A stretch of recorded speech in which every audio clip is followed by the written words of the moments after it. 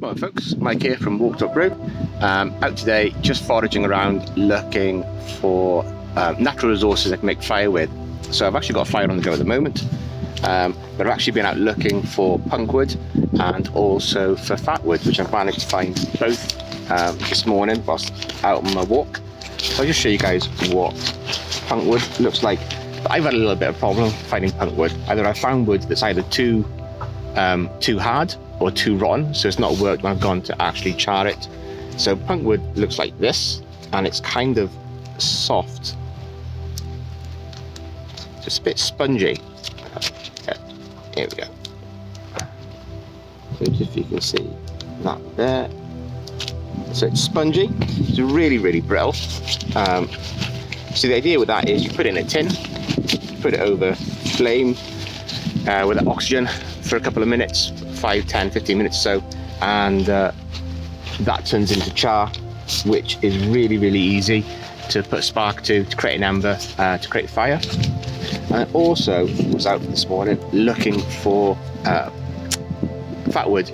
So Fatwood, you can see the resin in there is the resin from a pine tree. So when a pine tree gets damaged, so you can see this has been cut in the past, so the pine tree puts resin to the branch as a kind of first aid thing to protect it. So again, I've had great success using Fatwood to light fires with in the past. I've actually been using Fatwood now for around about 6 weeks at home to light the fires with.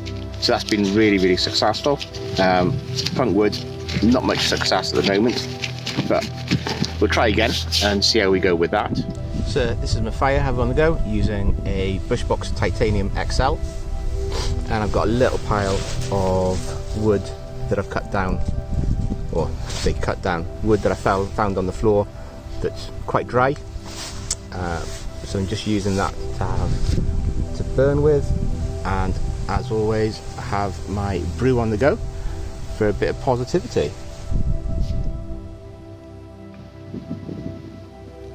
One of the big drivers or reasons why I like to come out here into the woodlands is just for mindfulness. It's just to get out, just to have a bit of time, peace and quiet, reflection, and even the action of processing wood, whether it's with an axe or a knife or a saw. Just that process of just getting a piece of wood, cutting it down, making your tinder, making kindling, and the patience of even lighting a fire, being successful out in a forest or outside. We're not using matches, just using the ferro rod and natural resources like Fatwood or Punkwood, which again I've not been successful with the Punkwood, or even Silver Birch, and again I've not had much success with Silver Birch to date. I've had the most success with Fatwood, but just the process action, even of just being out here,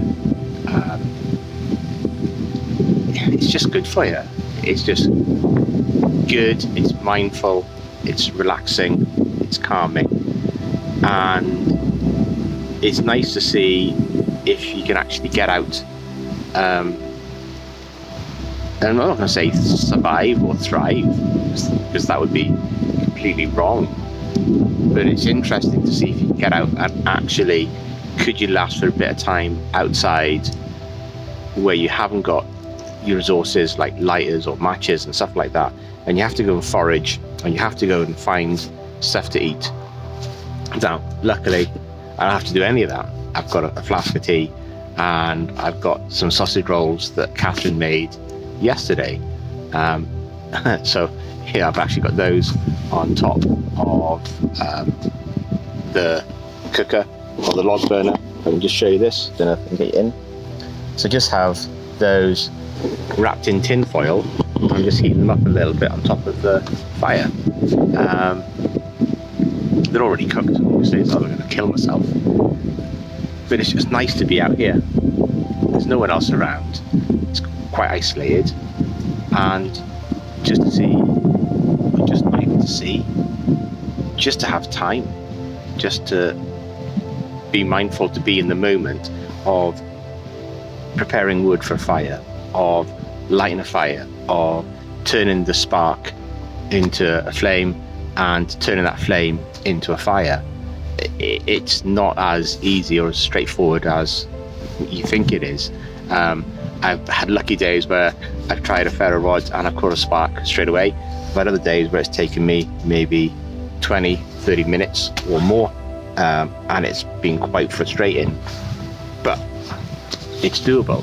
Anyway, I'm going to cut off here and get some sausage rolls to eat.